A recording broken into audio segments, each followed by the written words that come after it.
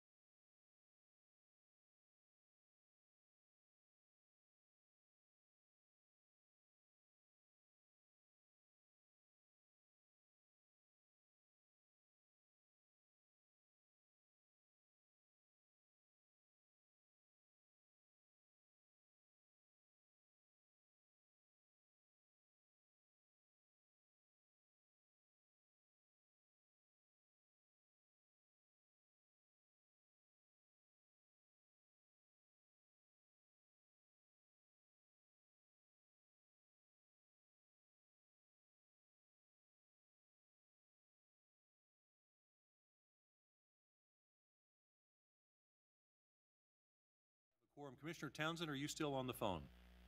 I am, sir. Good evening. Fantastic. Well, in that case, we will call this meeting of the Neighborhood and Community Development Standing Committee to order. Public comment is welcome on any item that is up before the committee tonight for discussion. If you wish to make a comment, you'll come to the microphone here in the center of the room, and you'll have 3 minutes to make your comment on that item. We do ask that everyone present tonight speak as directly as possible into a microphone for accurate broadcast and recording purposes. Do we have roll call, please? Roll call: Walters, Murguia. Here. Townsend. Here. Burrows. Here. Kiernan. Here. Thank you so much. And my agenda doesn't want to work. Okay, there are no revisions to tonight's agenda from when it was initially published. And so our first item of business is approval of our standing committee minutes from our meeting of June 4th, 2018. Do I have a motion? Move to approve. Second. There's a motion to approve. Motion and a second to approve as submitted. All in favor say aye. Aye. Aye. Aye. All opposed, same sign. Those minutes have been approved as submitted. That takes us to item number 1 on our agenda tonight, which is land bank business, and I'll turn it over to Mr. Slaughter. Good evening. We have quite a few items, so we'll get started. Tonight we have 20 applications, 13 yard, 7 property acquisitions, and as usual, all applicants are current on their taxes and have no code violations. The first one is for 1710 State Avenue, and the property owner is at 1700 State Avenue. 4218 Orville Avenue, the applicant is at 4213 Sandusky. This is the land bank property for tonight. 2066 Springfield Boulevard and 2064 Springfield Boulevard. This property has been demoed and raised, so the map does not reflect that. 1108 Greeley, and the applicant is at 1115 Waverly. 1217 Georgia, and the applicant is here at 1219 Georgia. 1052 Barnett, with the applicant at 1050. 1873 North 27th, the applicant is at 1871. 259 South Bethany, the applicant is at 257. 2569 Cissna, the applicant is at 2565. 1045 Waverly, the applicant at 1047. 1334 Roland, the applicant at 1332.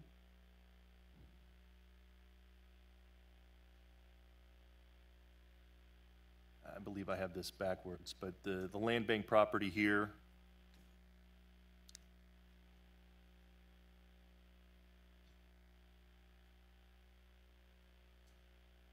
I'm sorry. Land bank property is 1223 with the applicant at 1229, so I just have the addresses on the slide messed up. The applicant is here at 1003 Ann, and they're applying for 710 and 714 North 10th Street.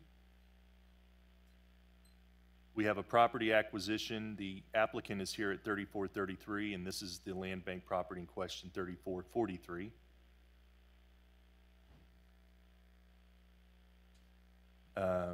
The land bank here is 1059 Garfield. The applicant is here at 1060 Franklin. The land bank here for an acquisition is at 3706 North 37th Street, and this is 3701 North 7th Street. The land bank property here is 610 Quindaro, and the applicant owns these two properties, 612, and I believe it's 614.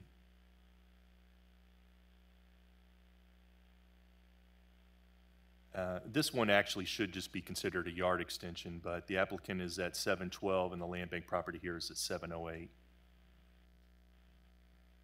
And then we have 4315 Ann, and it's part of the Highland Park Cemetery. So we're just highlighting 3801 State Avenue, being that they're touching each other. So we did meet with the advisory board, and they did recommend approval and forward these to the Board of Trustees for final approval, and that is our ask for these applications. Does any member of the committee have any questions or comments for Mr. Slaughter? Commissioner Burrows. Thank you. Mr. Slaughter, it's one thing to have a yard extension, but when it's a property acquisition and the property owner that acquires it has a residence next door to that piece of property, could they build on the new piece of property that they've acquired? They could, yes, but that was not the indication they gave us. Thank you. Any other comments or questions? Seeing none, move to approve. I have a motion by Commissioner Burrows to approve these as submitted to the land bank. Is there a second?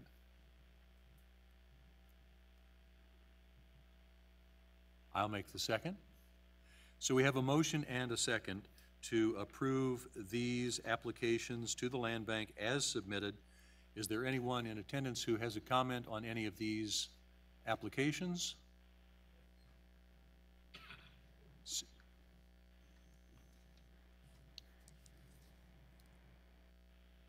You do have a comment? If you would, just state your name and address for the record, and then you'll have 3 minutes to make your comment. Yvonne Porter, 1047 Waverly. Avenue. I've been caring for the lot next to me, forest cutting, keeping the weeds down for the last 10 years. Yes. And I was wanting to know how helpful that would be for me purchasing this lot. And so you are the applicant and I am. seeking to acquire this other property. And as it stands right now, we have a motion and a second to approve all applications, including yours, as submitted. Okay. So I was concerned about the price when it's time to purchase this extension. That is You were something talking that to me you'll about follow up with Mr. that. Okay. All right, thank you. Absolutely, thank you. Mr. Chairman, Yes, ma'am. I was trying to make a motion to second it. I could not hear. I guess I had a problem on my end. I could not hear who seconded the motion. I'm fully in support of all these applications. Thank you so much, appreciate that. There's a motion and a second, so we'll have roll call, please. Roll call, Murguia, Aye. Townsend, Aye. Burrows, Aye. McKiernan. Aye. So all of those are approved as submitted. And just to comment, all of those of you who are acquiring these properties as yard extensions, many of you, like the woman who came up and spoke, have been taking care of them. And we absolutely appreciate your investment in your neighborhood by taking care of these properties and now acquiring them so that you can continue to take care of them. It makes a tremendously positive impact in the neighborhood, and we appreciate it. Mr. Slaughter. Okay, next we have a transfer to the land bank. It's 3815 Strong Avenue, and it's being requested through the Argentine Neighborhood Development Association. The property in question is here outlined in black. And the request is that I guess there's some work that is supposed to be done in that area. There's a large drainage ditch that's about half of the property. So, but I guess at this time, that work is it's just not scheduled to start. So the ask is just for the land bank to hold this property until that work gets done, and then they'll come back with a request to have the property transferred back to them. Well, certainly this is something that we have done in cooperation with other community development corporations within the unified government in the past, so I would certainly be supportive of it. Any comments or questions for Mr. Slaughter? Commissioner McKiernan, this is Commissioner Murguia. Yes, ma'am. Since I work for Argentine Neighborhood Development Association, I don't believe I can vote on this. And thank you, Commissioner Murguia, for bringing that up. And I'm going to ask Mr. Waters to clarify that, since there are only 4 of us in attendance tonight. My understanding is that if you were to drop out, we would not have a quorum and not be able to take a vote. So, Mr. Waters, if you could clarify what we need to do. Thank you, Mr. Chairman. Our rules of procedure allow that if a conflict of interest would result in the absence of a quorum, then as long as the commissioner discloses the conflict, then they can still vote. So in this case, a recusal would result in the absence of a quorum. So Commissioner Murguia, you may vote as long as the conflict is disclosed. Okay, thank you. And so with that clarification then, no comments or questions. Is there a motion on this property? Mr. Chairman, I'll make the motion. Commissioner Burrows makes a motion to approve as submitted. Second. And there's a second. There's a motion and a second to approve this application as submitted. Any further comments or questions? Seeing none, roll call, please. Roll call, Murguia, Aye. Townsend, Aye. Burrows, Aye. McKiernan. Aye.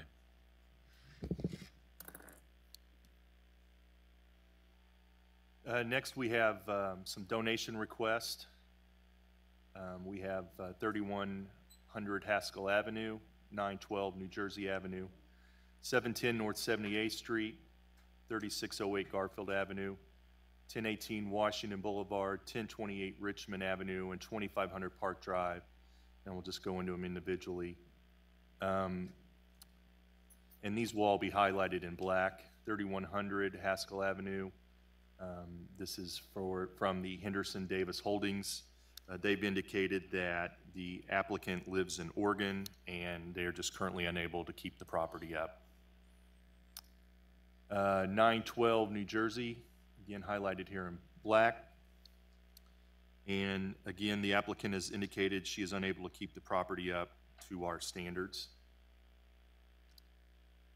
710 North 78th Street. The applicant was hoping at some point that when all the renovation was done there on 78th Street, that someone was going to call her and offer a nice big chunk of money, and that hasn't happened, so she thought maybe it'd be best if the land bank had it. I will say that this is something that we will probably heavily market and try to get some new house built there. So we're kind of excited about this one. 3608 Garfield. This applicant again is unable to upkeep the property due to medical issues. 1018 Washington Boulevard by Ms. Roselle, and also 1028 Richmond. And she was under the belief that she thought both of these properties were going to be going to a tax sale, and they have not been placed in a tax sale, so she's just asking to go ahead and donate it to us. And the last one we have is 2500 Park Drive by Mr. Reyes. The reason we're asking approval on that this property is in the NERSA area. And the NERSA is the HUD project around the city park and 18th Street corridor. So again, our request is the approval of these and forward those to the board for final approval. Any comments or questions for Mr. Slaughter on these properties?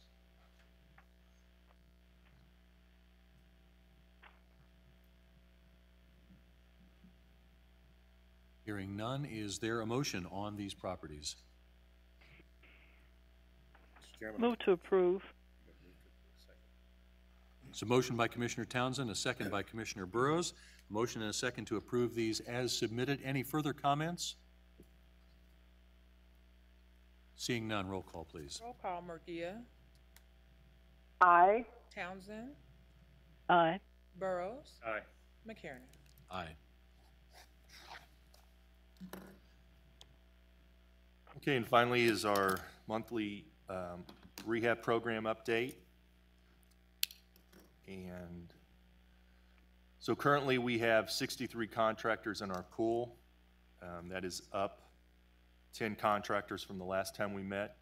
We did at last week's tax sale, we set up a table, we had some information about the program, and we received over almost 70 inquiries about the program. So we're working to get information out to them. So hopefully we keep seeing that number climb. We have 102 houses currently in our inventory. 23 are still in the demo, I guess, program, but we're still waiting for those to come down. We have 69 currently in the rehab program. 28 of those, we have the rehab has started. 2 we're still waiting to close. 1 is we're waiting on a survey to be done to split a lot.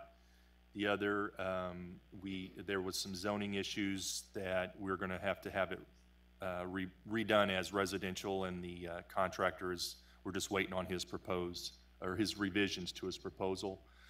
We have 39 houses with no offers, so we're still working to get this down, and I'm very hopeful with the inquiry we got last week of the new interest that we'll have that number down shortly.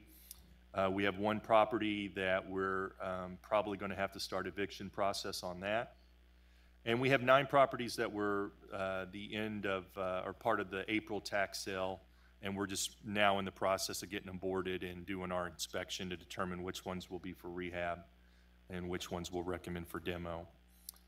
And so far we're up to 18 houses completed since the start of the program. We've done 12 this year completed, and 14 houses have been demoed since the start, with 10 of those coming this year. So we have had 4 that were completed since the last time we met, so we'll just give a little information on that.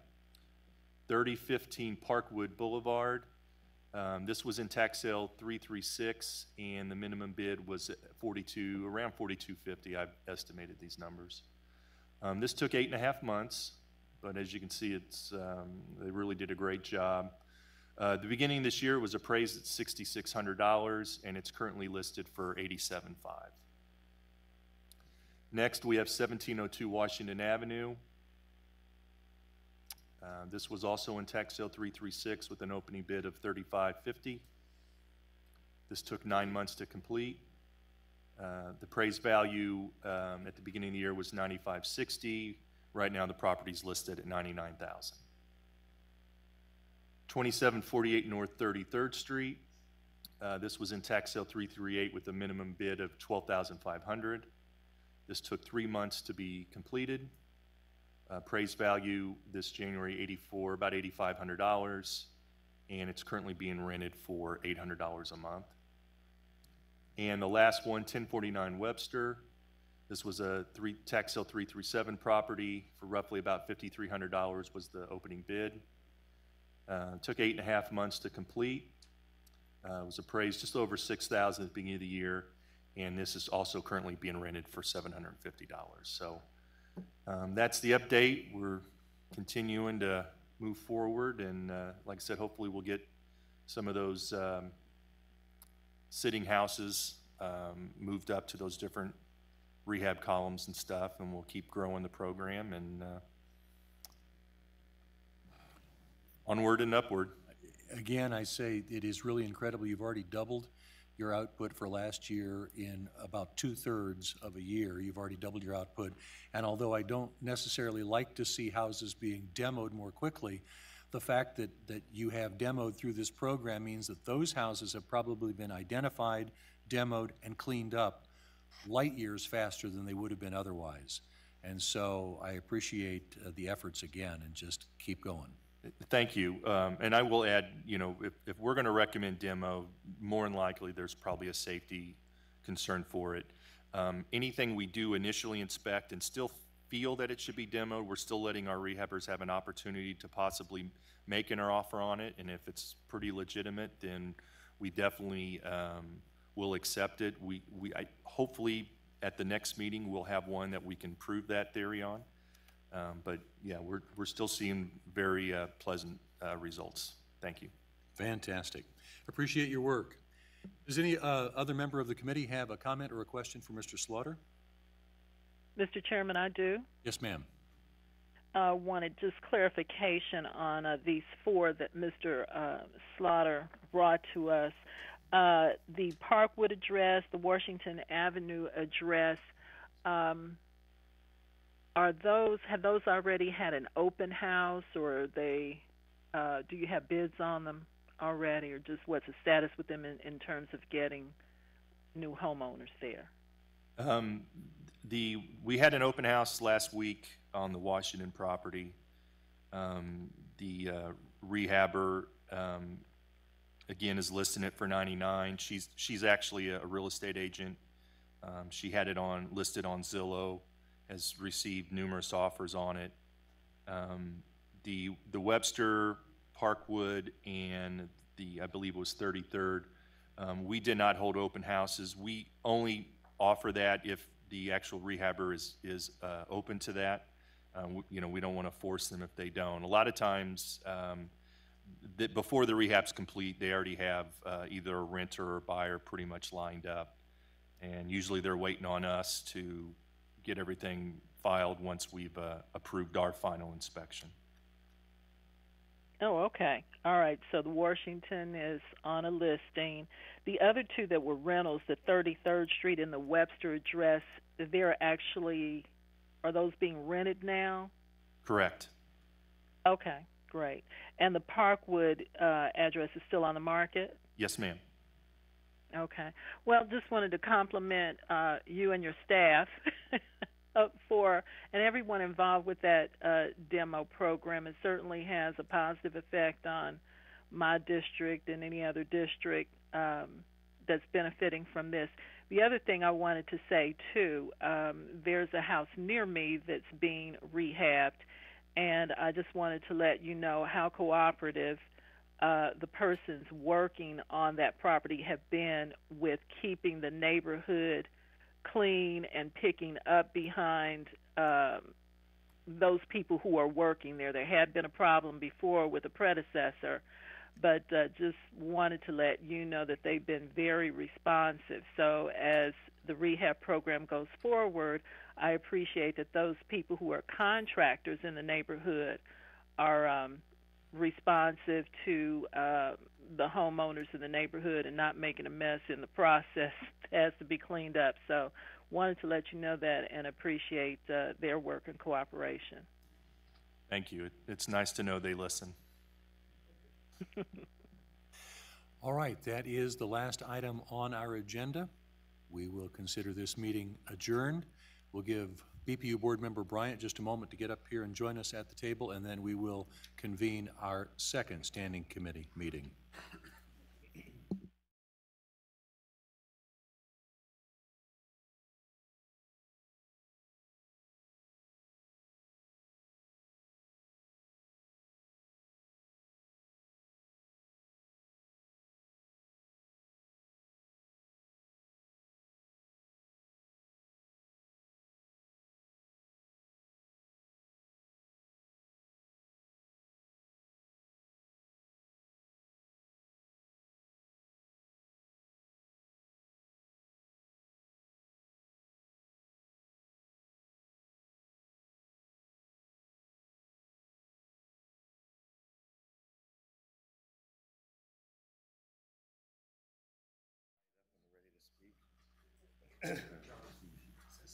Is this like the Grammys? Is he the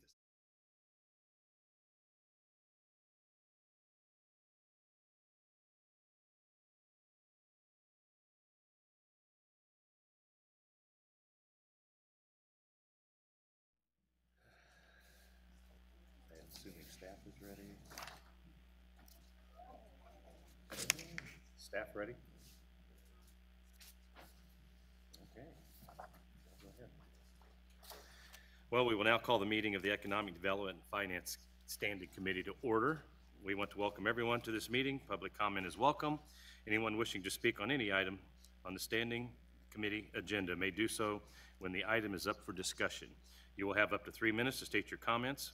Please come forward to the microphone and you will be recognized. For accurate recording purposes, we ask all present to speak directly into a microphone. Roll call, please. Roll call. Bryant. here? Walters. Murguia. Here. Townsend. Here. McKiernan. Here. Burrows. Here. Next on the agenda is approval of minutes from the June 4th meeting. Is there a motion for approval? Move to approve as submitted. Second. That, Motion been made and a fight for second. Opposed, all in favor, say aye. Aye. Opposed, Aye. like sign. The minutes have been approved. Tonight, item 1 on the agenda is the second quarter 2018 investments. And we have Kathleen Von Atchen, our CFO, is here to make the presentation, but I'm to understand that will be Debbie, you will be making the presentation this evening? Thank you. I'll start out with, we're going to present the second quarter investment report. I'm going to turn it over to our county treasurer, Rick McKessick. And sorry, there it is. I won't be talking too long myself. You all probably are used to seeing Lisa Nolan do the presentation of this report. Lisa retired recently, and now doing the duties of a cash manager is Andrea Parra. She is also the deputy treasurer in the Treasury. So I will turn it over to her and let her do the presentation. Good evening, everyone. Good evening. I just want to start by going to our next slide here. There are 4 slides total. First one's going to be our investment summary page. It's going to dictate our total portfolio by investment. Our total portfolio for quarter 2 is going to be $287,355,183. And then our average yield at this time is 1.91%, which has increased. Quarter 1 would have been 1.62%. And prior quarter 2017 would have actually been 1.24%. So we are increasing our average yield. And of our total portfolio, you will see about 43% of that is cash.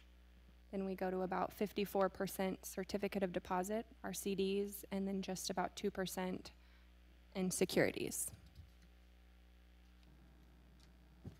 And our next slide is going to be our compliance report.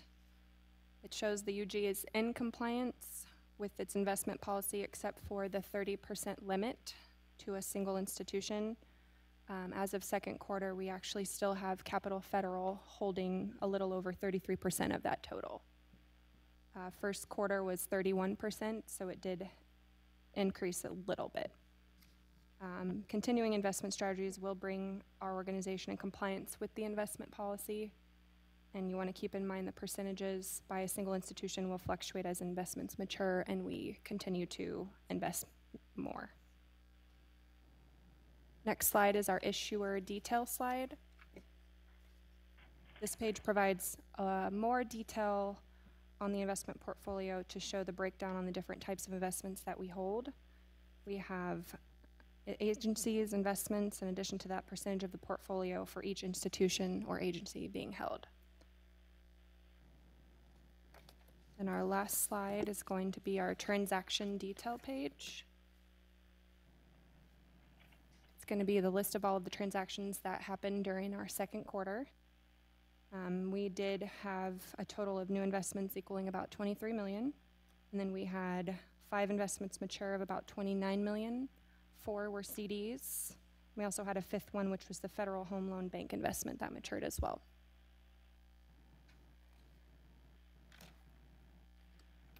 At this point, that's all I had to present. Anyone have any questions for us? Any questions from the committee? I do have one. Though the institution has more than the 30%, what actions are we taking to get us back into compliance with our policies? I know before this week, we actually sat down and looked through all the investment opportunity that we have up and coming, and we're going to make a better ladder of staggering when they're due and going out for bid for a lot more to just the main banks, but also local emphasis, and increasing that opportunity for all the banks we can bid to. Do we have a time frame in place for that we will see that back in compliance? We want to start moving this process by the end of the month, is starting to go out for bid. Great. Thank you very much. Any other questions? Any comments? Does anyone from the public wish to address this item? Seeing none, I will note that this item is for information only. Thank you, staff, for the overview. Move on to item number 2. Item number 2 is a resolution for the downtown grocery store. John Stevens, our Economic Development Director, is here to make the presentation. Mr. Stevens, when you get seated, the floor is yours.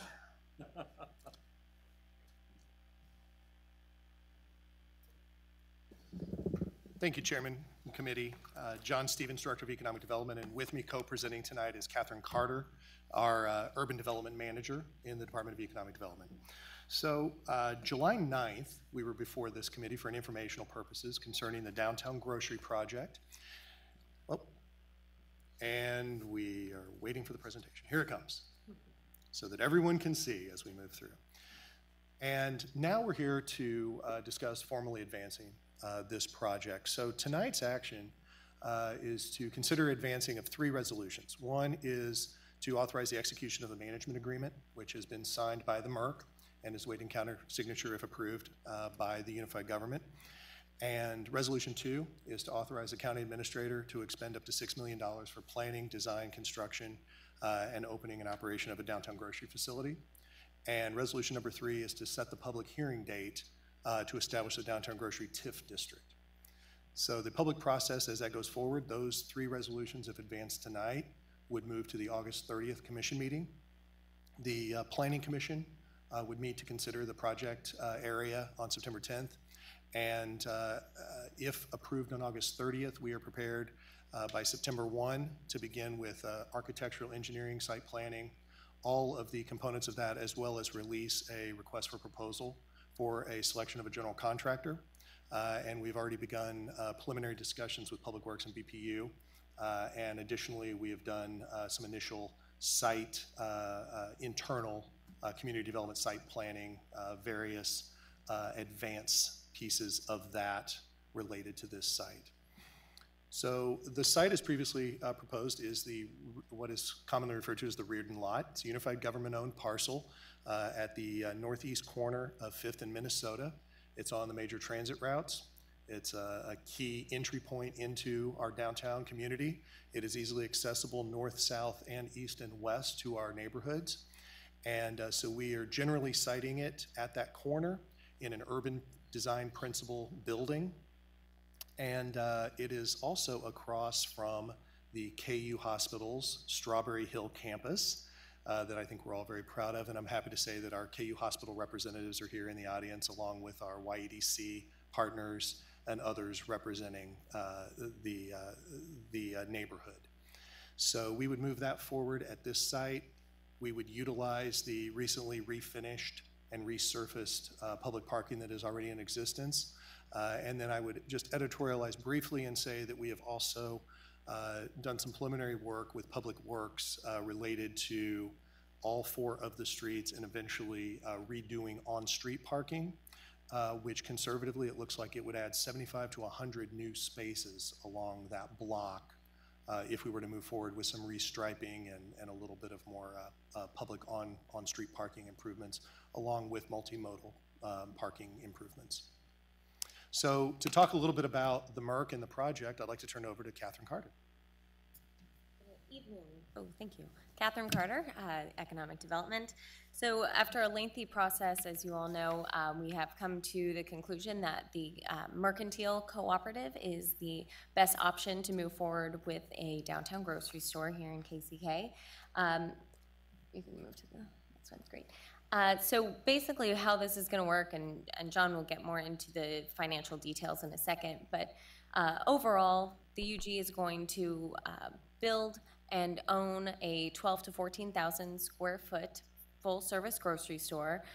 We will work with the MERC, and one of the resolutions tonight is to formally sign the management agreement so that the MERC will actually operate, and so we are not operating a grocery store, we are merely owning a grocery store. As well as the $6 million is what we're estimating as a cap for everything from design, construction, everything that we'll take to build the grocery store. We are hoping, and as we kind of move forward through the process to see kind of exactly what the budget will allow, we'd like to have 2,000 to 3,000 square feet of additional retail space that we could rent out to small retailers that can just bring more foot traffic downtown. Additionally, we have had some conversations with BPU, and they have committed to have all energy coming to this building come from 100% renewable resources, which is a really exciting kind of way to kind of make this kind of new standard in terms of city buildings. Here's a picture there of a solar tree, which is something that we've kind of, an idea that we have in terms of having some kind of sculpture that's also very functional in terms of adding to the renewable energy. Some may ask why the MERC? One thing is that they have been interested in opening a store in KCK for a very long time. So we like that they wanted to come here and take that seriously. The fact that they're able to have provide a full service grocery store in this co-op manner means that they can really focus on local, which is really important to us. They've already started conversations with local growers. I know in their Lawrence store they have over 1,172 at last count. Different locally sourced products. So they really take that seriously, and we really appreciate that. Additionally, they are very responsive to what the community wants. They have already started meeting with the community to see what the right mix of products will be, products and prices for their store. Additionally, they provide food education. So this is more than a full-service grocery store. This is, you know, a place where you have hypertension. Okay, well, let's, you know, take a class and you can find out what are the type of foods that you should maybe be eating, maybe different ways to cook them, make them a little more interesting. So they really provide a whole spectrum of other programs. They work with the schools and start community gardens, and so it really is having more than a grocery store. It's really another partner in the downtown area. Next slide. So one concern that we've heard since the MERC was announced is that, oh, well, it's Lawrence stores, it's really expensive. I don't know if that really fits downtown.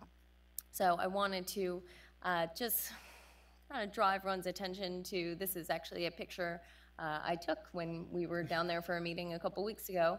The MERC is a member of AWG, the Associated Wholesale Grocers. So they really are able to get as many different products at many different price points. So even in their Lawrence store, you know, you have the beans that are organic and picked, I don't know how, very fancily for, you know, $2.99 a can, or you get your, you know, best choice, same kind of stuff that you get at Price Chopper for 99 cents a can. So this is one of the things that they are already working on. They've had one very well attended listening session at the library a few weeks ago. They're already starting meeting with other groups in the Northeast and Strawberry Hill, and it's going to just be a continual process until they open, hopefully in the next year, to find that perfect mix of products and prices and the programs that they'll offer. Sure.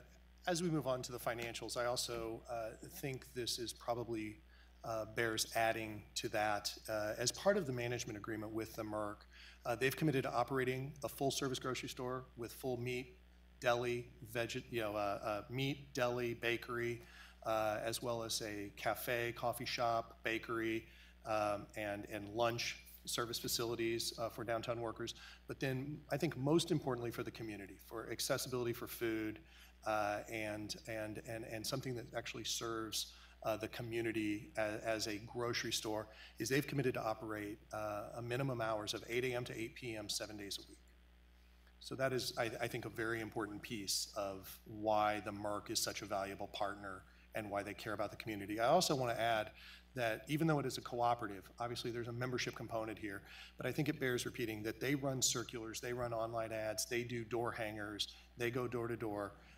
While being a member is obviously desirable from them because they feel that those are people that at the $75 or even less, if it's based on ability to pay as a one-time, one-share kind of purchase, that does not provide you any specific discounts at checkout or anything like that. The price points for customers that shop here are the price points for customers. There were a few special events occasionally and things for the members, but really by being a co-op, the bigger focus there is it is a commitment from the community that this is their store. So that's what they're committed to day in and day out. So the financials. The project is envisioned, as Catherine said, as a $6 million all-in project. That cost includes all construction costs, FF&E, which is fixtures and equipment, fixtures and equipment for the building, operating, outfitting of all of that, as well as a grand opening and stabilization fund, which is somewhat standard, and I believe we covered last time on July 9th. The project is funded through a direct UG commitment from the Hotel Revenue Fund, as well as a sales tax and property tax TIF that would be established on this area and would be used to recoup expenditures. We did not pursue, in many other areas, we would pursue a CID overlay. That is an added fee or charge on top of other things. However, with this being a grocery store focused project in the downtown community, Kansas already is one of the few states that assesses a full sales tax load on food. We did not want to move forward. We heard from many commissioners and others that we did not want to layer a CID onto this to further burden the actual sale prices on this. We want it to be affordable and as accessible to everyone in the community as possible. So we did not use that as a funding mechanism to cause return on this project. It is designed to provide for a long-term, stable, and successful grocery store, hence the stabilization fund. The project is designed so that the building can be sold to a private entity in the future, and the revenue would be redeployed for future UG uses. So the funding sources, as we show, it's approximately $4.2 million is envisioned out of the hotel revenue fund. $1.6 million would be derived from collections from a sales tax and property tax TIF on this project area. So the numbers are a little off because we're envisioning that obviously adds up to 5.8, but with shifting construction costs and interest rates and everything, we wanted to give us a little bit more play in the construction cost and the project contingency that are shown on the bottom line. But I wanted to keep those consistent from the earlier presentation. So approximately $2.76 million construction costs, FF&E of $1.5 million. Professional services of $500,000, project contingency of $500,000, and then the stabilization guarantee, which would not be tapped unless they do not perform at their conservative quarterly projection of sales. So I want to keep that in mind, that $540,000 does not, there is $150,000 grand opening fee, but the remainder of that is held by the UG and only goes out should the store significantly underperform. And once again, I said that's conservative. And then additionally, we have had pretty extensive conversations with alternative sources of funding. I won't name the organizations tonight, but they were in our office again today, and they would provide zero interest, low cost, low rate of return loans and pre-engineering funds and grants that could provide funding for up to $2 million of this total $6 million, which would lessen the burden on the unified government on the front end. So the operating stabilization guarantee, I think this is important since grocery stores have been looked at, considered, and feasibility studies have been done. This grocery store alone has had 2 feasibility studies done. So based on that, we wanted to make sure that this was a long-term successful endeavor and that the grocery store that operates on this site is stocked, offers the fresh fruits and vegetables and all of the other services that the community deserves. So to do that, we did establish a 3-year stabilization fund where you see the stabilization benchmarks. So these are the stabilization funds of gross sales within the store. So Q3 of their first year of operation, in that quarter, if they generate $700,000 or more in sales in that quarter, they do not have access to a stabilization fund. If they underperform on that, dollar for dollar, we share 50% of the burden up to a quarterly cap of $100,000 in that third quarter. So they share 50% of the burden, 50% of the risk, and we provide a little bit of coverage on that. Additionally, it's not mentioned here or shown here, but we also have put into the model that while we're not directly collecting rent on them, should they outperform these numbers, which as I mentioned, these are conservative even by the feasibility study estimates, which only considered very conservative numbers within KCK. We did not look at any people coming across from downtown Kansas City, Missouri, from the River Market, or any other visitors. We also did not utilize the sales generated by KU hospitals being there. So none of those numbers were factored into this conservative model. So as we look at that, anything that goes above their stabilization benchmarks, they pay to the unified government 3.5% of their gross quarterly sales. So there is a reward for overperformance and a shared benefit for us to recoup the investment on the back end. So I think I probably already spoke to that on the last slide, but you can see some photos of the Merck and Lawrence. Their design, in partnership with their design partners at AWG, as well as our architecture partners that would be building and designing this project, is to make the project every bit as high quality as their Lawrence store, and in some cases make it a 2.0 version of that, because they were in an existing building shell in this one where we will be building from scratch. So they unanimously approved the management agreement with their board on August 6th. And as I've mentioned previously, hours of operation, the services they will provide, the community benefits they will provide, the requirements to offer free courses and education on food, and the financial structure are all codified in this management agreement. We've also vetted the location and assembled all the cost projections, and we'll be managing that directly. And we have the architects and engineers ready to go to work should the commission approve this. So the other piece of this, you can see some of the bulk food items, which are also of lower cost and high demand. This grocery project allows us to proceed with design and construction while also continuing to work with possible master developers for the remainder of that block. We continue to have multiple discussions with developers on multifamily mixed-use projects, but as we have said multiple times, what came out of the last months of discussion is we want to, the direction we heard loud and clear as staff is that this grocery store is priority number 1, priority number 2, and priority number 3. And so we do not want to delay with partnering with the developer and maybe having another 24 or 36 months of working through various things. So we're designing this and master designing this where this grocery store would then be able to be a catalyst for additional development on this site and adjoining sites. The project may include retail, and then we're working with neighborhood stakeholders to determine what other services are needed. It's also included, discussions have included the need for a pharmacy and the need for possibly relocating or doing even alternate farmers market to better highlight activities and entertainment and produce within the downtown. So finally, the next steps are tonight to bring this before you for consideration to move to the full commission on August 30th. And then September, we would begin design and engineering and site testing, and then also release bid pricing and RFP for construction. And we would continue to work with potential development partners for the rest of the site and partnerships on that site for development.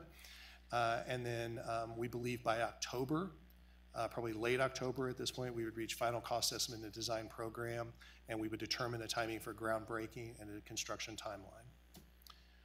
And with that, committee members, we would say these are the 3 resolutions that we would ask for your consideration tonight, and I believe they need to be taken and approved individually, correct?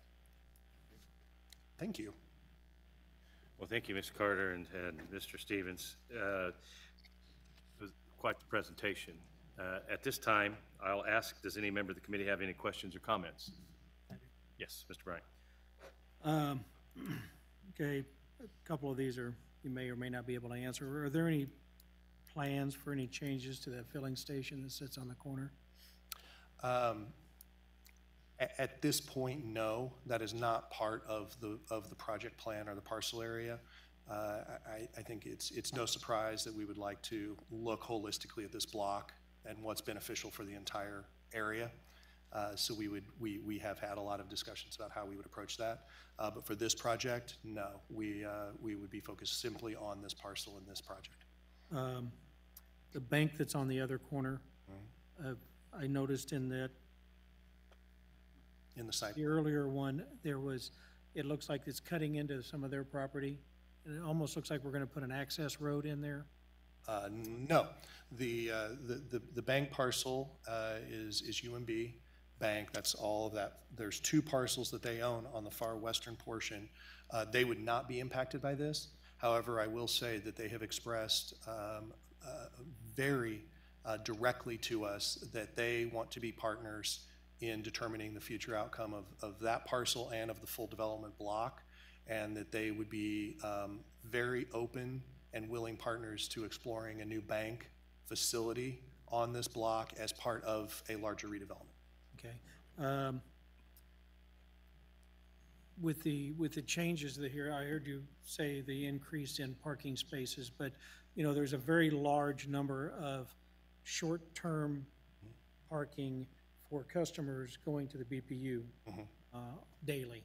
Yes. I mean, it's hundreds. Mm-hmm. What impact, if any, will there be on that availability of space? Sure. At this point, based on the volume and planned changes in conjunction with the grocery along 5th Street and 6th Street, and some of the offset and relief of those sort of parking, before we even get to planned improvements on Minnesota Avenue directly across from the BPU and from the hotel, we have modeled that the western portion, basically you enter that parking lot, and the majority of BPU customers will park closest to the BPU access point. We do not believe that will, we believe that we're more than parked enough for the grocery and for BPU access without having any concerns related to being overparked. Okay. And then my last question is, there was the mention of the TIF area. Will there be any possibility that would affect any of the billables from the BPU bill?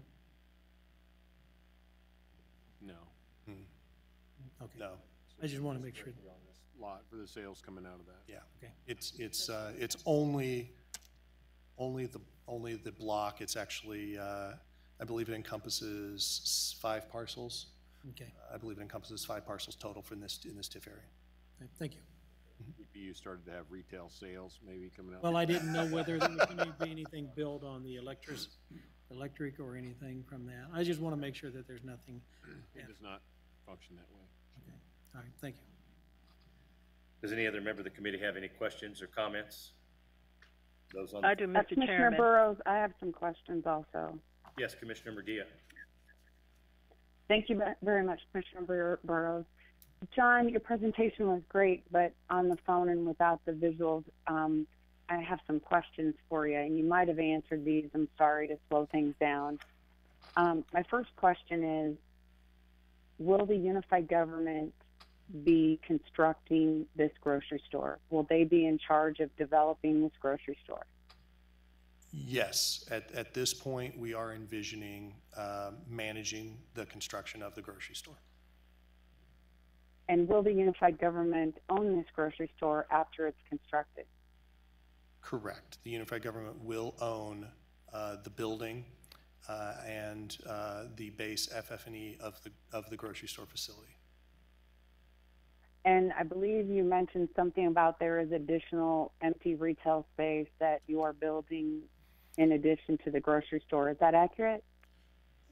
Only if the design allows for a small amount of warm white shell retail space, we would consider it at this point. We are focused solely on making square footage available for the grocery store and their needs. If the costs and the design and planning will allow it and make it a natural addition, we've determined through our small business liaison and other interests downtown that if there are neighborhood benefits to having supportive retail, small supportive retail, we would try to incorporate that into the facility. And when will you know that? Once we are able to move into design and planning, and we have an RFP and a general contractor selected, and we can get pricing based on that design, so we can determine, as you and probably many other people in the industry know, construction costs have been rising, and there's pressure in the marketplace on construction costs. So we want to be conservative in this and deliver it on time and on budget. So we would not make any determination on adding any space at all beyond the core grocery and delivering that until we had a really firm value engineering and cost estimate on that. And will we vote on this tonight or any other night before we have that information? No. The plan before you tonight would be to move this project forward and to start expending design, planning, and engineering costs related to the core project, with the possibility of having that square footage be available if it is available. I would be happy, we would happily give updates to the commission, or we could bring that back if that is a very distinct question of if the possibility of adding square footage for additional retail is a concern or a question. We would come back and update the commission or the committee on that. Would you build this additional retail space even if you did not have tenants available to fill it at the time of construction? We would only plan to build it if we had either interested tenants, signed tenants, or there was a very clear need that the grocery store is seeing that they believe they would attract a complementary tenant, or that they would need, say, 2,000 square feet of additional square footage as they moved into their planning of this. And how would you determine what is interest? Well, we would continue to look through our small business liaison, who's reaching out to all of the businesses downtown, and continue to track interested parties, available retail space, and what rentable, leasable space is either available or not available. And if we're turning away, or there are interested retailers that complement the downtown that are simply unable to find space in the corridor that they would like, then we would consider that a workable lease project that we would consider probably a viable tenant. Right, but you're saying you could move forward with this just based on interest. And my experience in development is that everybody's interested in new space, especially new retail space. And every small business entrepreneur out there would like to have brand new retail space. But the reality is, until a letter of intent or a contract is signed, it's simply just interest. Mm-hmm. So in this case, you're not requiring anything else other than conversations about interest before you would build that additional retail space. Well, I would say that we would probably want to be a little bit further down the road before we green-lighted that. However, we would look at the shell construction and the value and the cost of constructing that. And if it were significantly less to construct that versus developing it in a phase 2 or a phase 3, which we think it definitely would be, then we would want to move forward with that, but only if there was truly interested demand. Well, I hear what you're saying, John, but the question really is how do you gauge true interest? And that's always been in the history that I've been a commissioner for over a decade. I have never seen government be a developer and build a project, somebody please correct me if I'm wrong, where we built and owned the project, and where we, based on simply conversation or interest, built it bigger, hoping that people would rent that space. Have we ever done that? Ever? We've built projects and owned them and had the tenant come into them, but we knew who the tenants were that were coming into the space. So we've never built spec retail property? Not that I'm aware of. However, I would say that the plan behind this project is one where he's talking a couple of thousand square feet of space, not talking about coming in and building another 10,000 or something like that. And Commissioner, as I opened with, we want to do this in a conservative way and in a way that generates success for the community and a cause return for this project. If it would be beneficial to, as we move down the road towards design and construction and pricing, if it appears as though there will be additional leasable square footage that is able to be designed into this project, I would be happy to commit to coming back in advance of moving forward with any additional leasable space to brief this committee or the full commission. Are there any standards set on the kind of retailer that government would be leasing to or not leasing to? At this point, there wouldn't be any standards other than we have said that we have some limitations related to the management agreement because we don't want to double services or harm the MERC as it relates to hindering performance of the MERC. So we do have standards to that, and I would say that we have set the expectation that it would have to be something that is significantly complementary and beneficial to the community. And that beyond that, no, we have not set hard and fast expectations on what those tenants would be. Okay, well, I'll just thank you very much for the answers to my questions, and I'll just close with a brief comment so that I can make sure that it's on the record. Personally, I am thrilled about the project in that we have worked for well over a decade to secure some type of grocery store and additional retail opportunities in downtown, and no private developer has been interested in coming to do that. And we've had lots of conversations. And to me, it is exciting that if our government is truly committed to redeveloping our challenging urban neighborhoods and providing our residents with retail amenities that you can get in almost any other neighborhood in our community that has greater financial means, I'm excited about the risk that we're taking. I'm excited for downtown.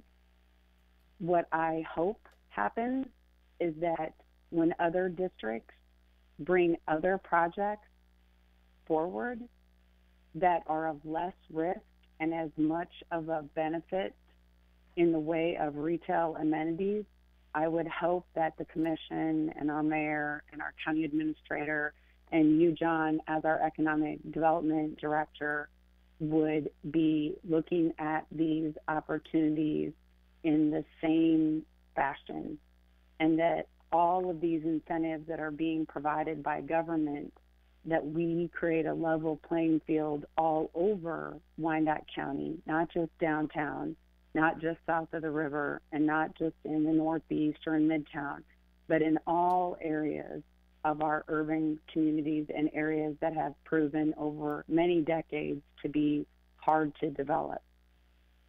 So I really appreciate the presentation. I'm excited about the project. I am looking forward to moving forward, and I'm looking for many more projects to be coming forward that are going to offer amenities all over the county. Thank you, Commissioner Murguia. Commissioner Townsend, you had stated comments. Yes, thank you. And I'll start off where Commissioner Murguia left off with just how happy I am that this day has come, that we're talking about not necessarily if, but particularly who. I knew that this was just going to be a day that would come eventually, so kudos to all the staff, the administrator who hung in there, Mr. Stevens, economic development, finance people. So this is great now that we're not talking about if, but who specifically. So I'm just elated about that. Did have a couple of particular questions. I do have the visuals there. Mm-hmm. But let me start with the core size, just so I'm understanding. I saw 12 to 14,000 feet. Would that be the core amount that we could expect for the size of the MERC, aside from the possibility that other retailers may or may not want to join in and become a part of that? Is that the minimum size we can expect for the core store? Yes, Commissioner, great question. The 12 to 14,000 square feet is codified in the management agreement. That is the minimum. We target 14,000 square feet because that's their optimal store size, and we plan to deliver 14,000 square foot full service grocery store shell for them to occupy and operate in a first class manner. That was what was agreed to. That is what we plan to deliver. And that is what they agree to operate in a full service capacity. So at the current time, we're looking at the $6 million cost relative to that core number, that 14,000. Correct. Okay.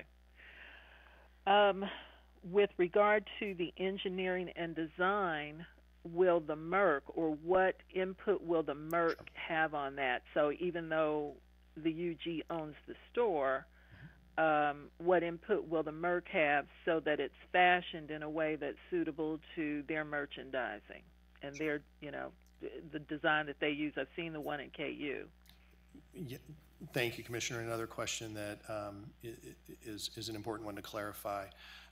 We will be moving forward with our master architects that will design the shell. They will work in conjunction with the AWG grocery and retail architecture and design and interior design team. That is who the MERC utilizes. They're the best in the industry related to fit, finish, design, flow of traffic, sales, and all of the interior work. So we want to be a true partner. That is the way that the entire relationship is going to work.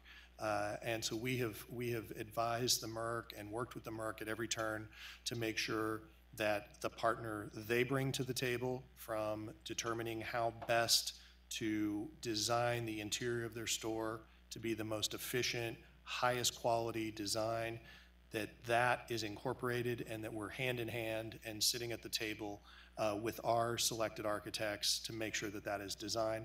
And at the same time, then we work on the exterior design to make sure it is representative of the high quality design standards that we expect in downtown, and that it represents the MERC well.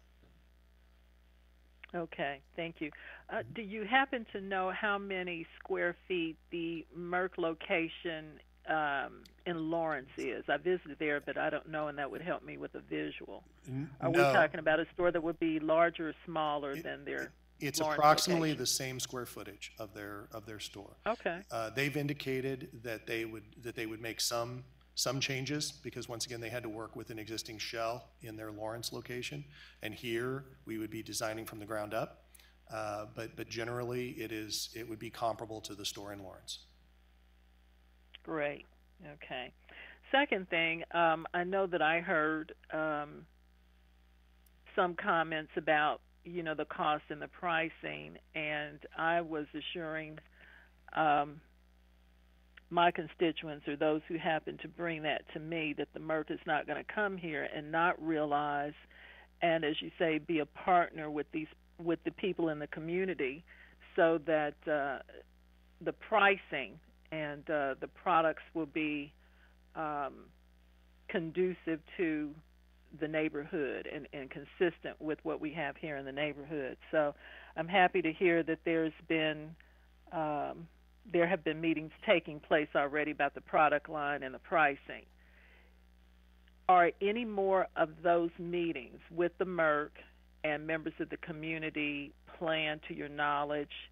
Where are they being advertised, so that if there's anyone else listening who wants to attend one of those meetings, they may be able to do so?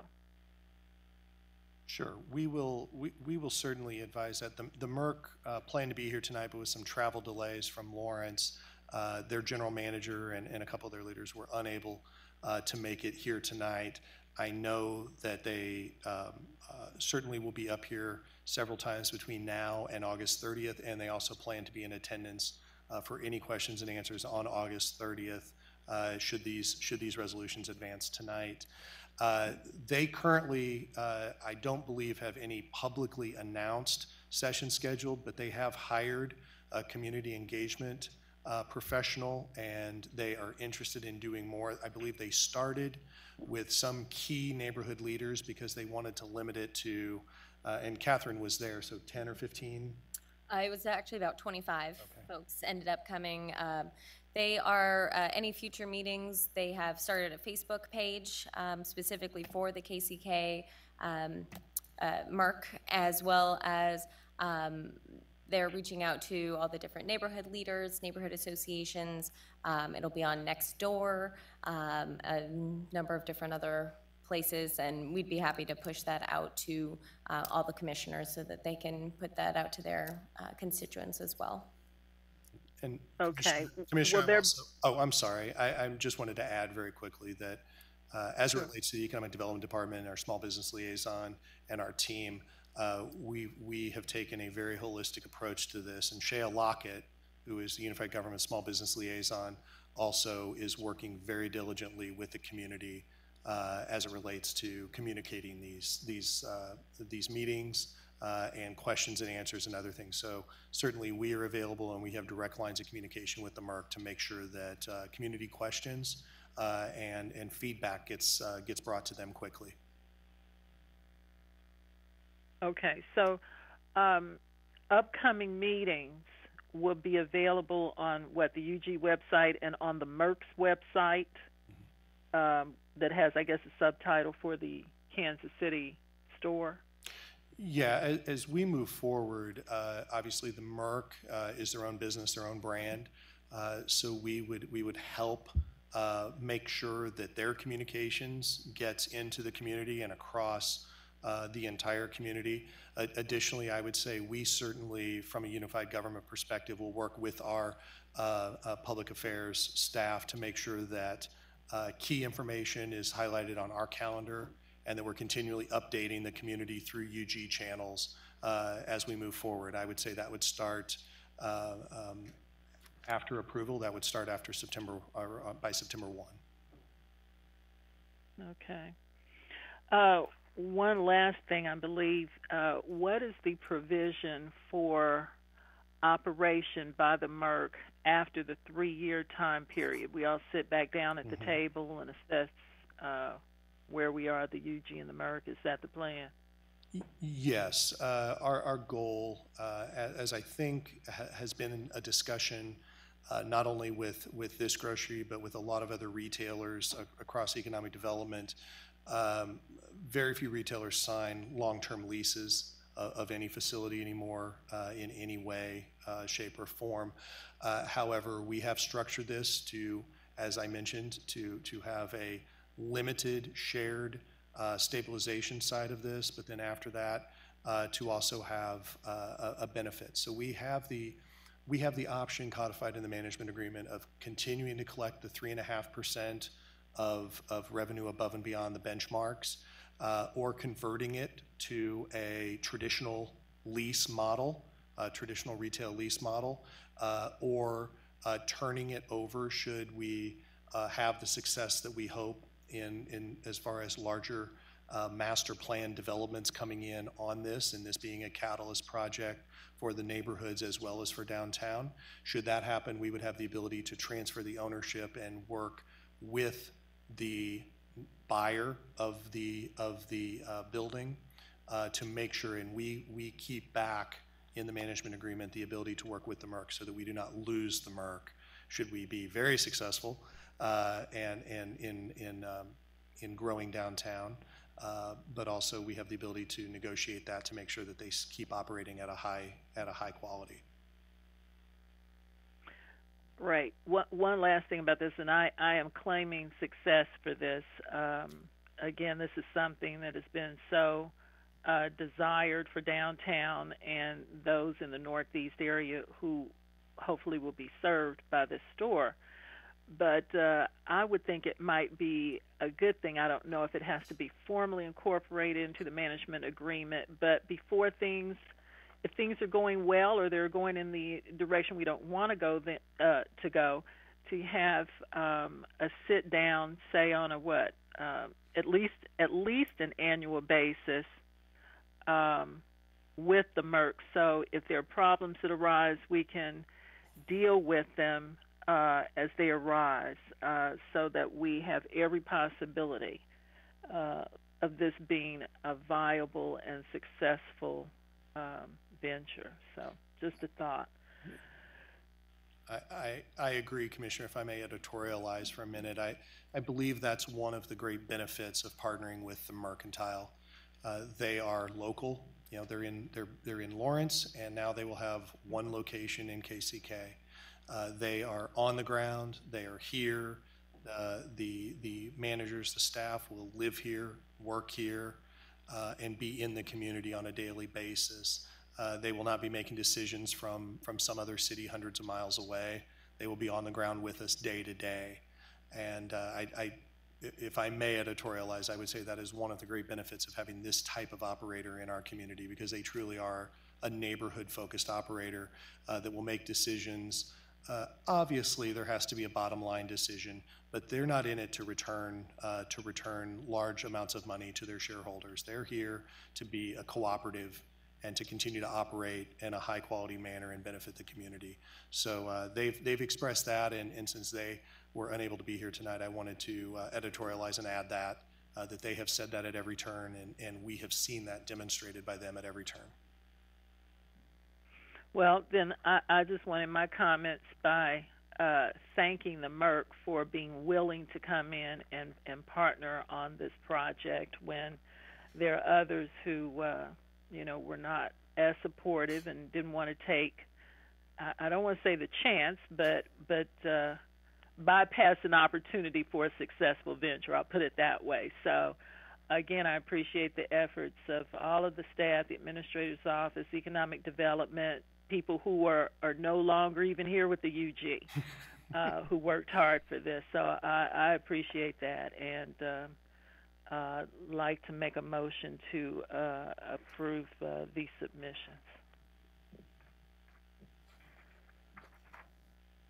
Commissioner Townsend, Chairman Burrows, I don't know that we're ready for a motion just yet. We still have a few more people that may want to speak to this, but I sincerely appreciate the motion. And the way the agenda's divided up, it's 3 motions. I will go to legal to see if there's a way to consolidate these into one motion so we don't have to take all 3 of these separately, but I'll look for legal for some guidance on that. But if you would be kind enough to hold your motion for just a few more minutes.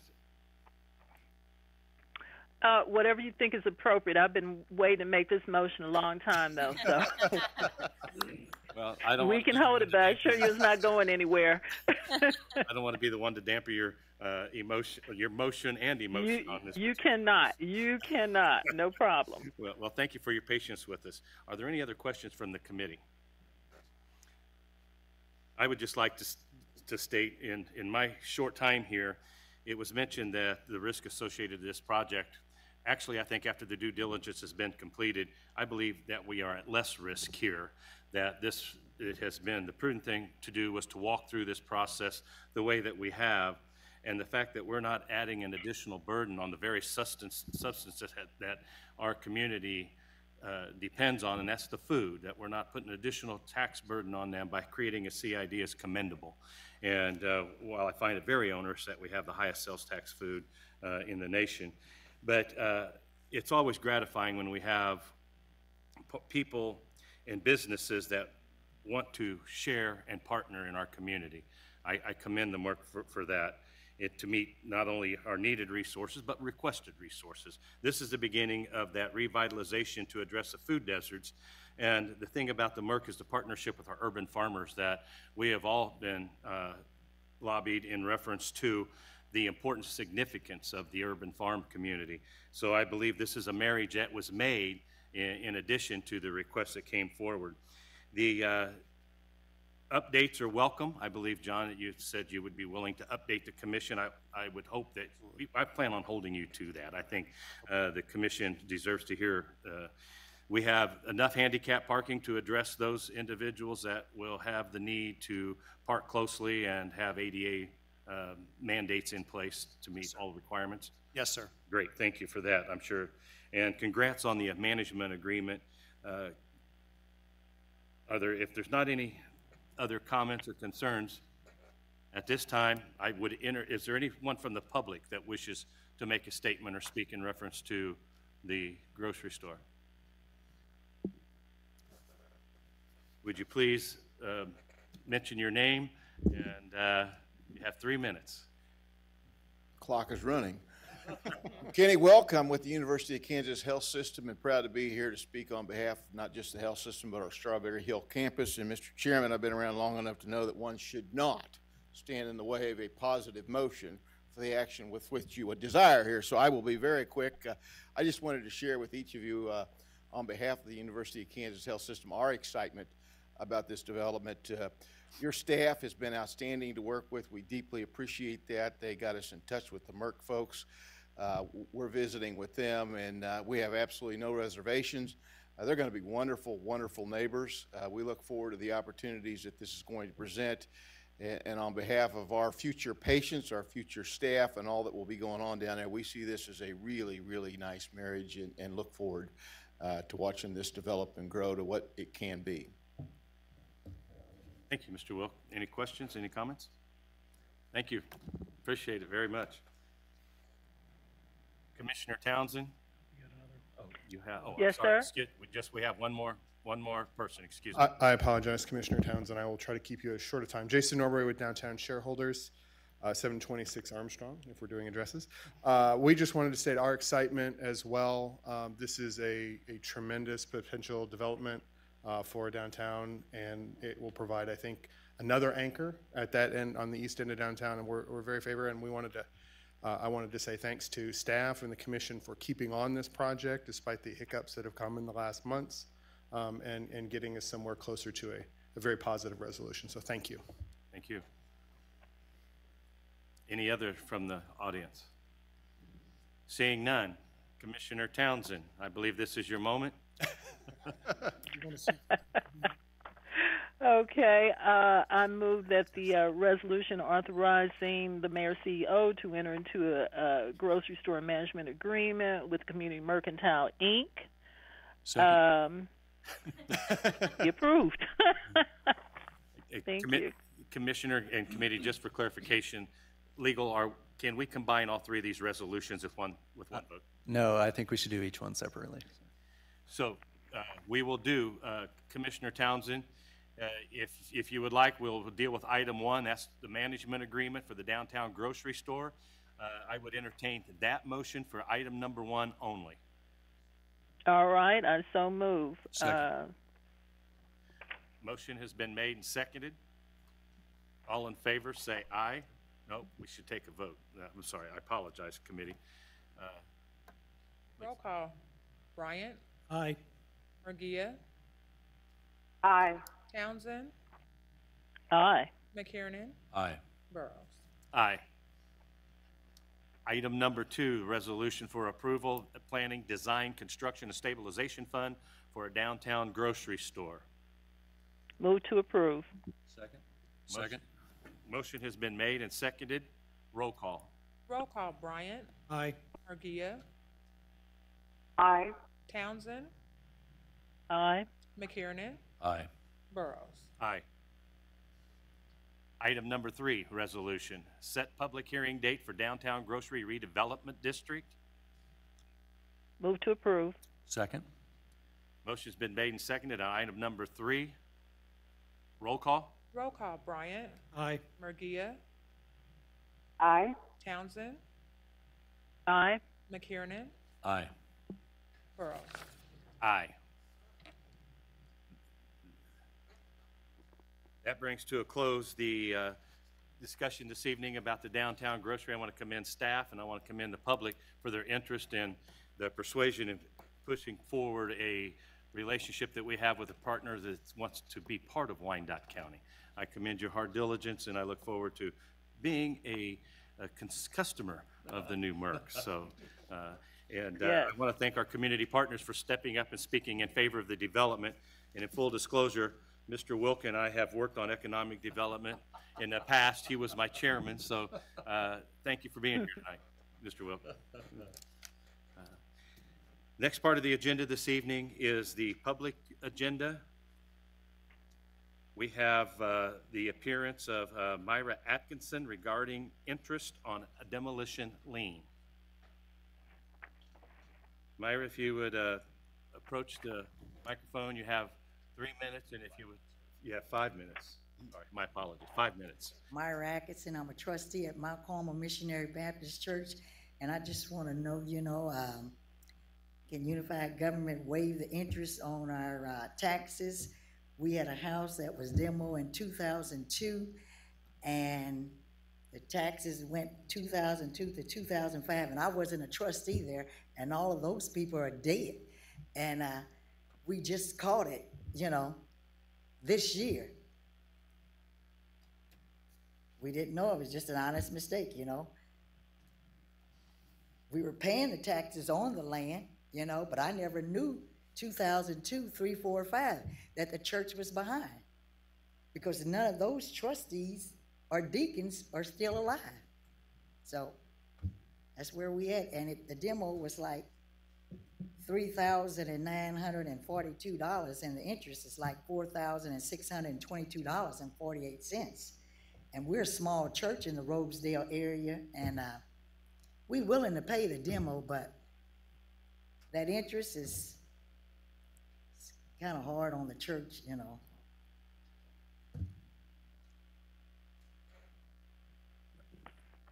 Any questions of Ms. Atkinson? If I could, Commissioner McTiernan. let me just make sure that I understand. So, a property was demolished on this parcel in 2002. Mm-hmm. And the demolition costs were due and payable, but for whatever reason weren't paid at that time. And so now you've been paying, the church has been paying each succeeding year's taxes in full, because I don't see anything else here that's due and payable. So you've been paying everything else in full, and you're saying that you, who are a representative of the church today, didn't even know that there was a lien for the demolition dating back to 2002, and you thought, based on the tax bill you're getting every year, that you are up to date. Right, that's what I assume, right.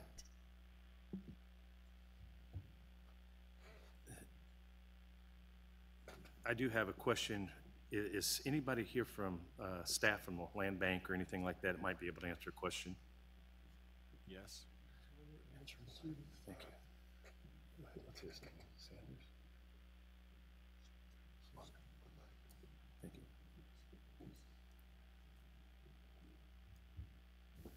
Mr. Slaughter, I thank you for being here and sticking around. The question I have, and I want to make sure I understand the request. The request is to forgive the penalties and interest on a lien brought about by a demolition of a building that was next to the church. And if I'm hearing correctly, there were taxes paid on that property. So if there's taxes paid on the property, how does the church own the property? I'm just trying to, most faith-based organizations have a tax exemption. So I'm trying to make sure I understand the request here to be able to guide for a resolution. Commissioner, and I don't have a lot of the information in front of me, so if they purchased the property after the demo had taken place, those taxes stay with the property. They don't go with the previous owner. So the church could have possibly purchased the property with the lien on there and just not been aware of it. I also don't work for the Treasury, so I don't know why it wouldn't have been reflective on each year's tax bill that this was outstanding on there too. But they've obviously demonstrated that they're paying the property taxes for the land only. The tax for the land has, from what the last time I looked at it, looks like it has been paid. The only thing that's still outstanding is the demo cost itself, penalties and interest of those demo costs. So they continue to pay taxes on the land? Correct. Okay. Even though they are a not-for-profit organization? Correct, and you know, I'm not an expert on that, but I believe there's paperwork that they would have to file to keep that status. Okay. But I don't know, I'm not sure if they've done that or not. Yeah, we've done that, Chris, yeah. We're five, yeah, we've done that. Would you approach the microphone? I don't think we can hear you. I'm sorry. I want to make sure we hear you. Yes, we've done that. We've done that. So then they may not. We're still been paying the taxes on the land, and the church is a 501c3. And we asked Unified Government, you know, could they refund some of the money, and they say no. Well, that's a question I have, as to why you are having to pay taxes on property that is owned by the church. And just for my sake of confusion, I think that's something I need to propose to staff to get some direction as to get some information that we might have, so that we can make be prudent in our decision making. I want to make sure we make the right decision. On the tax issue, Commissioner, it's really what is the use? Just as the church or the unified government, well, we're tax exempt unless you're using it for the core purpose of what that is. If we're using it for public purpose, if I'm referring to the unified government, then it's tax exempt. Where we own property that is development, you know, a lot of the property that we acquired out around the, let's say the woodlands areas, when we took some of that, we pay taxes on that every year, and we still do. It's the same thing for any religious organization. They may be a 501c3. A school can be in the same boat. Until they convert the use or show that the use is part of their core purpose of what they have with their mission, they are not just given. So they have to apply for the exemption. It's evaluated, I believe, by the Board of Tax Appeals, and then they will look at it and they can grant it.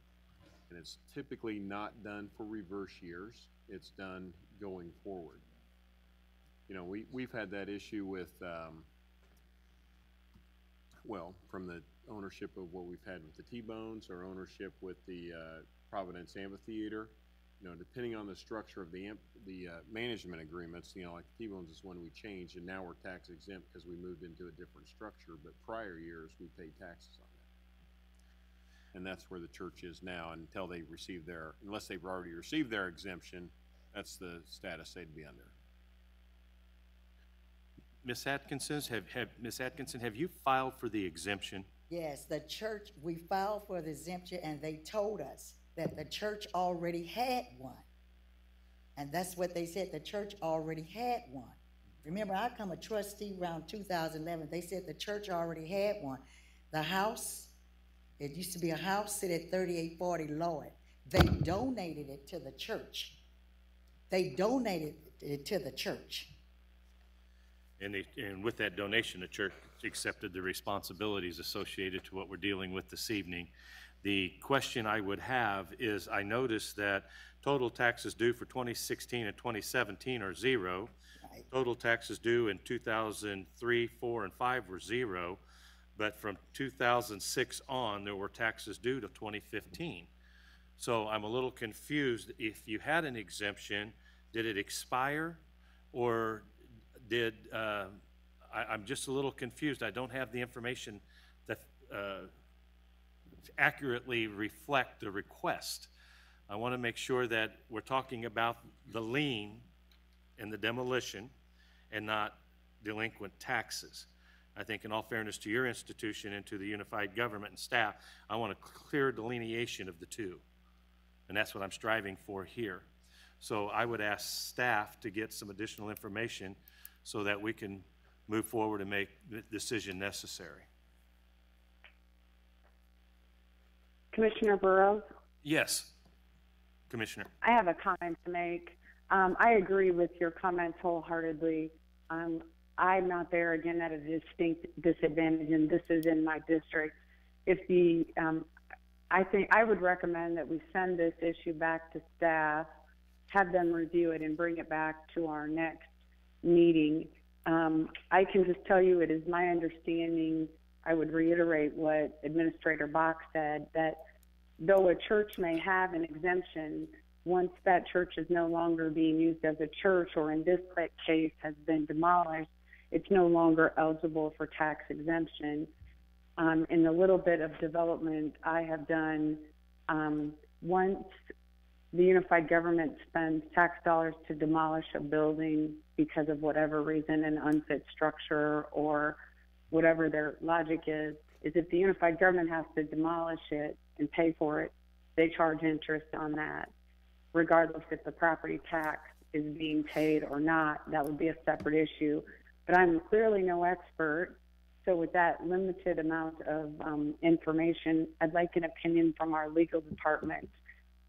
But I would lead with this.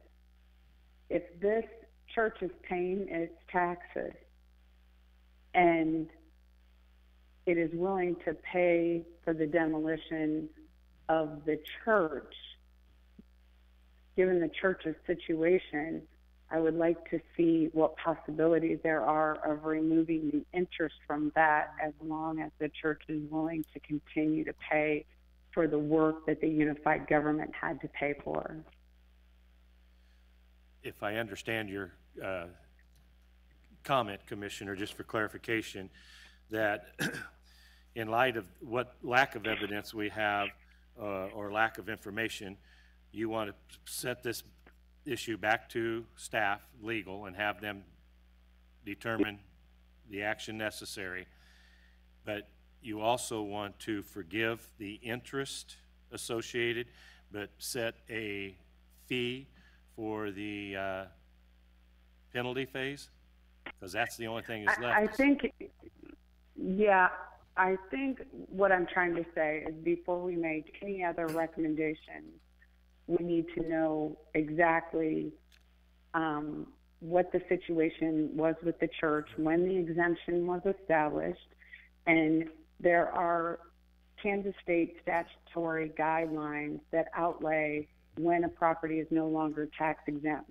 I know this process because I've been through it multiple times by myself, because I myself run a 501c3. So just because you're a not-for-profit doesn't necessarily mean that all the property that you own is property tax exempt. It depends on the use, as Administrator Bach has said.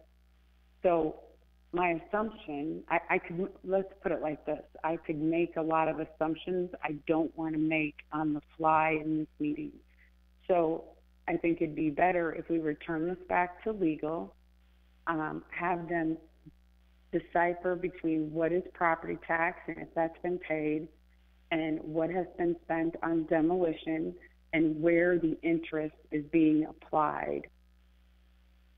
So I think we need that information before any kind of decision can be made.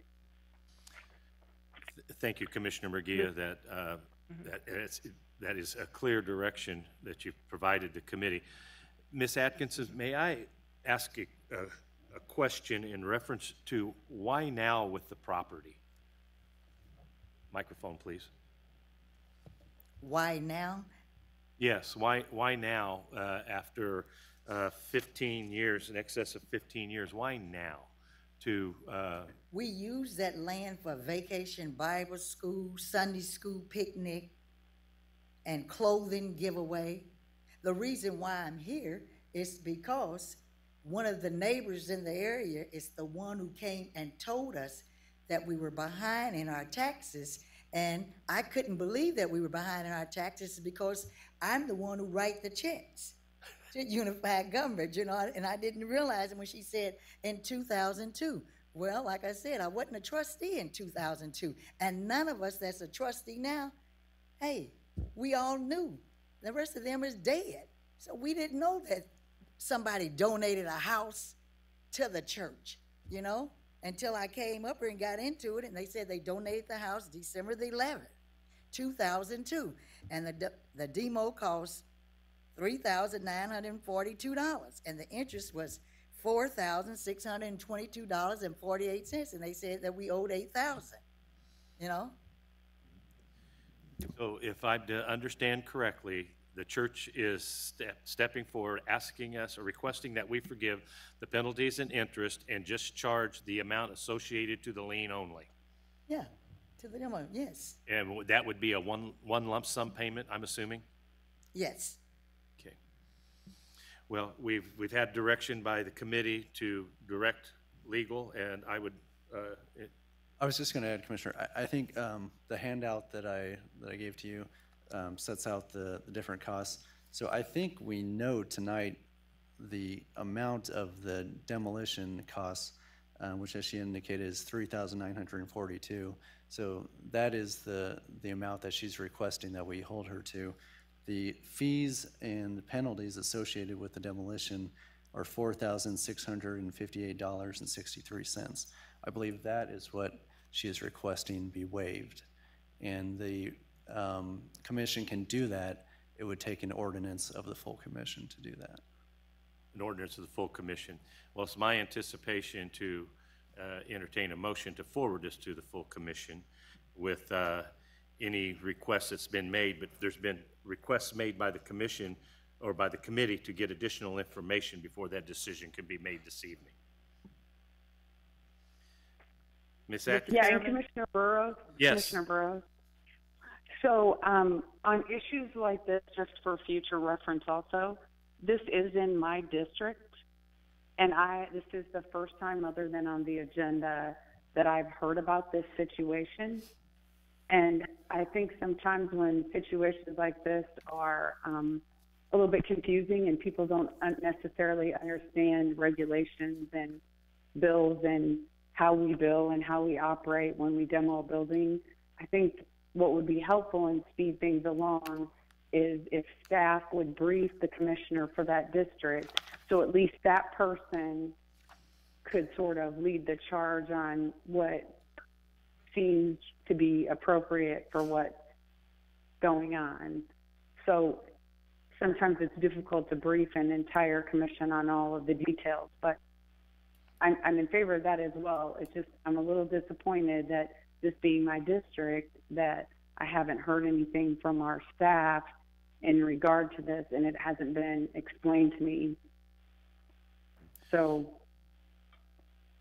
I don't know what else to say to that, except that hopefully somebody can meet with me and explain to me the details of this and what happened, and then I can get something from staff that they will get from the church that says what they're wanting to do, and I can take a close look at that. Commissioner, to clarify the direction, so you want us to bring back an ordinance next month that spells out the agreement that says the church will continue to pay their taxes and they'll relieve the back taxes, but we'll take care of any interest and penalties that were assessed in association with the demolition? It sounds like, based on the information I have right now, Mr. Bach, it sounds like that's the direction I would like to go. I'm in agreement with what the church is requesting based on the limited information I have. But what I don't want to do is not be there and not understand all of the details and set a precedent for this for future situations when they may not be the same circumstances. So yes, as long as that church is paying their taxes and as long as they're willing to pay for the money that the unified government paid for the demolition, yes, at this point, based on the limited information I have, I would be in favor of removing those fines, fees, or interest that was associated with the demolition.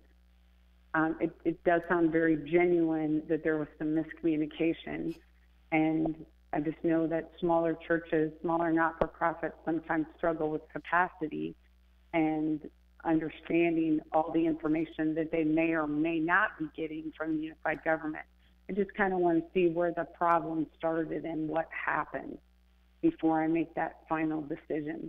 So if I could be briefed, and then if the commission's okay with that, then I would absolutely be in favor of bringing forward an ordinance to the next meeting to alleviate that burden on that church. Thank you, Commissioner Murguia. Ms. Atkinson, I just want to commend you for bringing this issue forward and resolving this issue. I commend the church for bringing it not only to your attention, but to our attention also. So I thank you for the information. Thank you for being here this evening. I believe that we will hold this issue over till we get additional information. And with that, I believe that that concludes our meeting for this evening.